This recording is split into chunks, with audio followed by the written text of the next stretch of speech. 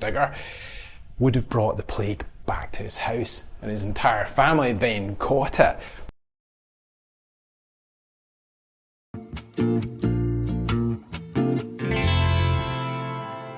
Olá pessoal, sejam bem-vindos ao meu canal. Meu nome é Natália, mas você pode me chamar de Nath. Eu adoro reagir e aprender sobre outros países, especialmente aqueles bem diferentes do meu em termos culturais e econômicos. Então, se você gosta desse tipo de conteúdo, fique à vontade para se inscrever. Vou adorar ter você por aqui. Bom, nesse vídeo eu vou reagir às ruas escondidas de Edimburgo. Então é isso, sem mais delongas, e vamos para a reação. This is Edinburgh's Royal Mile, and just a few feet away, hidden underground, is a network of streets. Morning. So this morning I am feeling pretty lucky. We're on the Royal Mile. É lugar incrível. We're about to go and see a street hidden underneath a city. You're not normally allowed to film down here, so quite excited. Wow. There's evidence of people living on top of the castle rock back as far as the Iron Age, and you never know what's buried underneath all this history. Just next to the city chambers is a doorway leading to Mary King's Close, an abandoned 17th century street. But it wasn't always called Mary King's Close, and it's not just one street, it's a network. This is the actual close itself. It's pretty tight. In Scotland, a close is a tight street or passageway. Edinburgh has loads of them, running at regular intervals off the Royal Mile. Meu Deus, deve ser incrível ir aí. Ran along here, but in 1753 they built the Royal Exchange, and part of the street was destroyed and buried. You have to think about this place not as obviously being underground as it is now. Above me would have been sky, and around me would have been market stalls and loads of people rushing about. You can still see that in some of the closes today in Edinburgh, especially at rush hour. You see people rushing up and down to the train station, and they're very much still a part of day-to-day life. Real Mary King's Close experience is actually made up of more than one close. There are actually 4 different closes. But who was Mary King? And why did she have her own close? The closes were generally named after notable people. So Mary King being notable in that era, she was a burgess of the borough of Edinburgh, and that meant that she had voting rights, which would have been unusual in those days. She seems to have been quite a character. We don't know an awful lot about her, but we do know that she was born around the end of the 16th century and that she was a merchant. She would have had stalls on the high street selling her wares. Gente, que incrível! Eu não sabia que tinha isso. Literalmente é uma coisa que eu adoraria visitar, porque passa uma atmosfera assim muito sombria, né? Mas ao mesmo tempo, tipo, literalmente é difícil acreditar que vocês têm isso em pleno século XXI. Tipo, tá literalmente escondido isso é incrível. So this is a typical house on Mary King's Close. You'll notice behind me it's got a vaulted ceiling. That wouldn't have originally been there, it would normally have been flatter. There is a bit of a window over there. You can see that most of the light would actually come from over tudo here. Bem realista. This little lamp behind me, which would have been filled with some kind of oil. And the facilities in the middle of the room are a little bit grim. That was basically your toilet. And what you would have done back in the day is thrown it out into the street. So you'd have taken that bucket and out here you'd have shouted. Literalmente você olha para esse beco e você diria que tá tipo à noite. Realmente incrível isso. Gardez-vous, kind of a corruption of the French, watch out for the water, and thrown it down the street. Lovely. This is a byre, a place where animals would have been kept. The thing about these closes and streets in Edinburgh in general was that animals lived pretty close by. If you wanted milk, it needed to be somewhere you could get to it easily, and that's why you would have found animals around here as well. Plus, we're quite close to Flesh Market Close. The Flesh Market would have been where the butchers worked, or fleshers as they were known back in the Caramba, day. botaram até o Keeping the feno. animals close by meant that they could get quite quickly to the butchers. Maybe not so good for them. This is the house of the Craig family.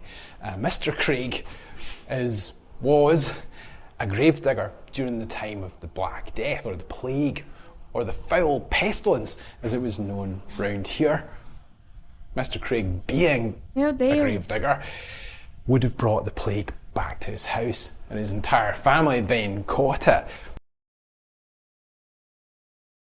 Caramba, gente, é tudo muito, muito doido, porque literalmente, tipo, colocaram uma construção muito fiel, né, do que era naquela época, tipo, literalmente aquele beco, dá pra perceber isso, mas aqui também colocaram essas pessoas, né, fingindo ser pessoas infectadas, e ao mesmo tempo tem um ar-condicionado ali em cima, tipo, é muita mistura, sabe?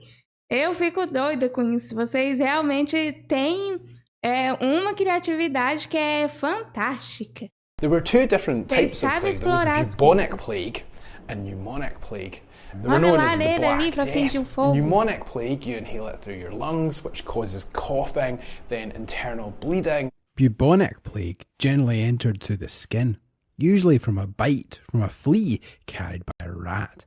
Lymph nodes near the bite would swell up into buboes and sometimes burst. And your tongue, your fingers and extremities will turn black through gangrene, hence Black Death. If you knew you had the plague in your house, you had to let people know, and the way you did that was by hanging a white piece of rag outside your window. Seems like a pretty grim time to have been alive. After you died of the plague or recovered from the plague, people would come in and clean it out, and they were known as the foul clangers or the foul cleaners. Obviously, because they cleaned up after the foul pestilence, which I kind of like as a name. It sounds a bit better than the Black Death or the Plague. We don't know if this is actually the house that the Craigs lived in.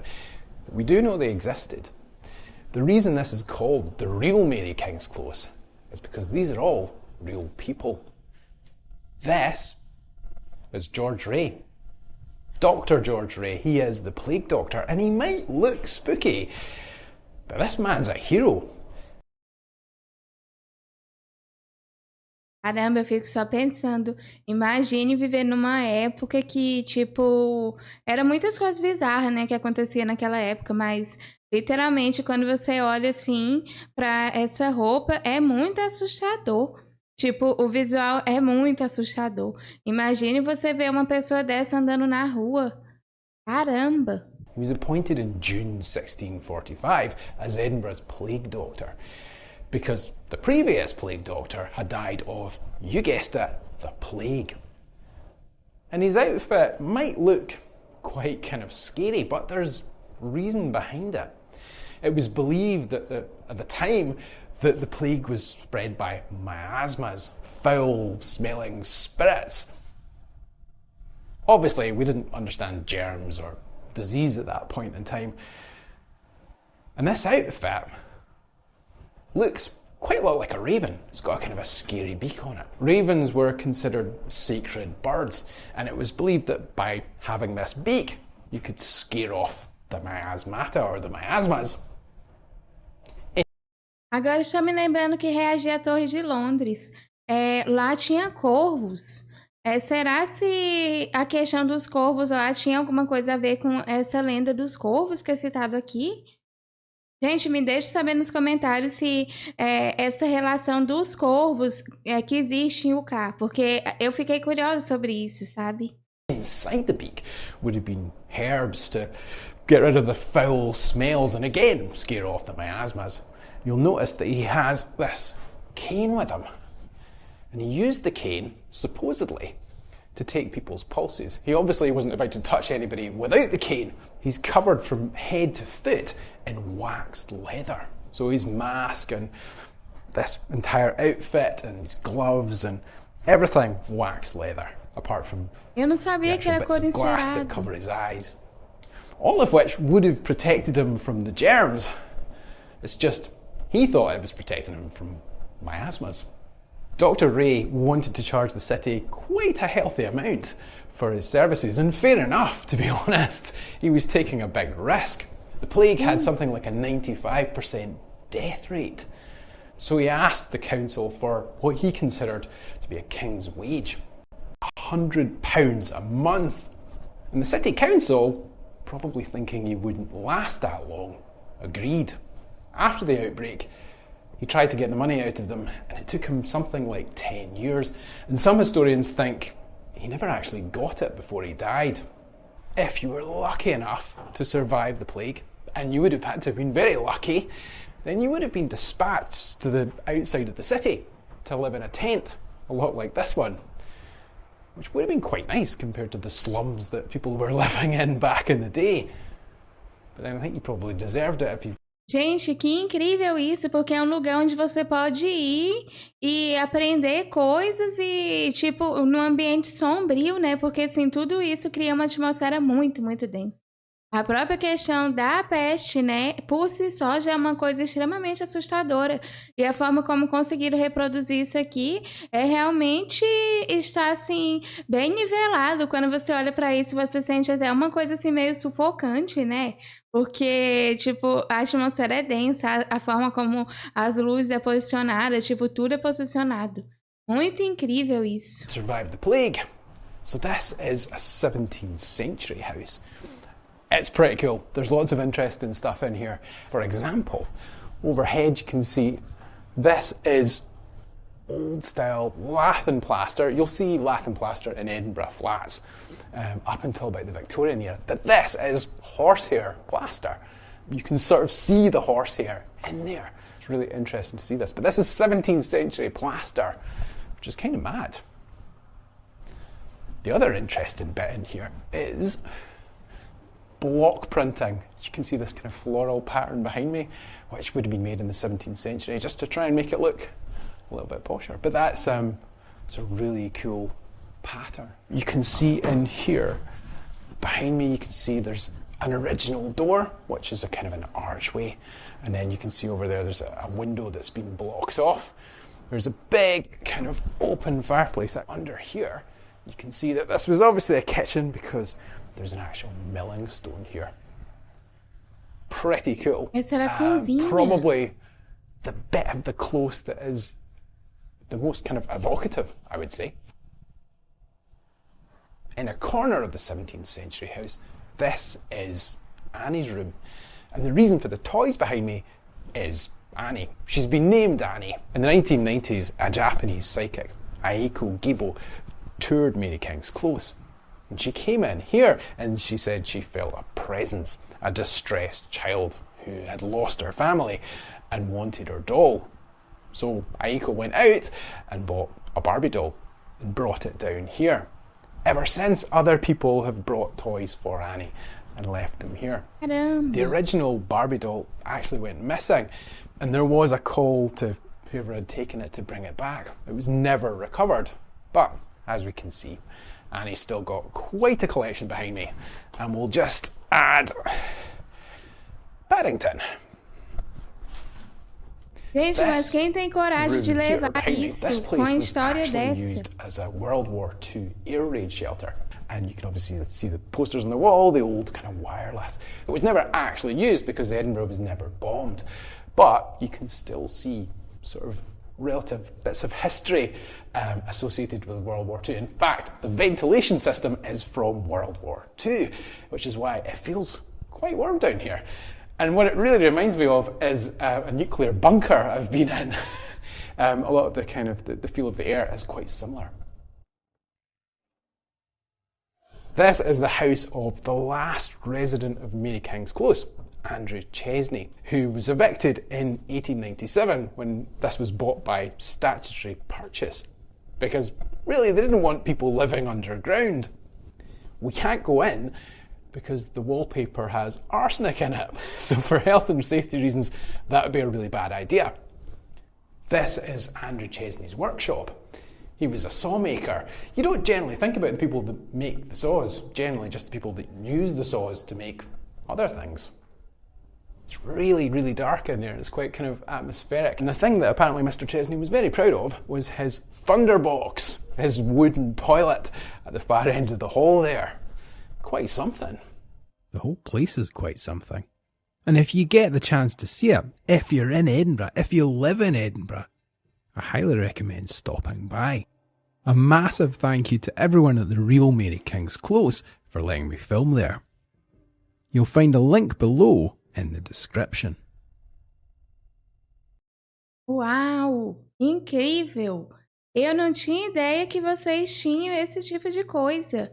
É impressionante, toda a história por trás, né?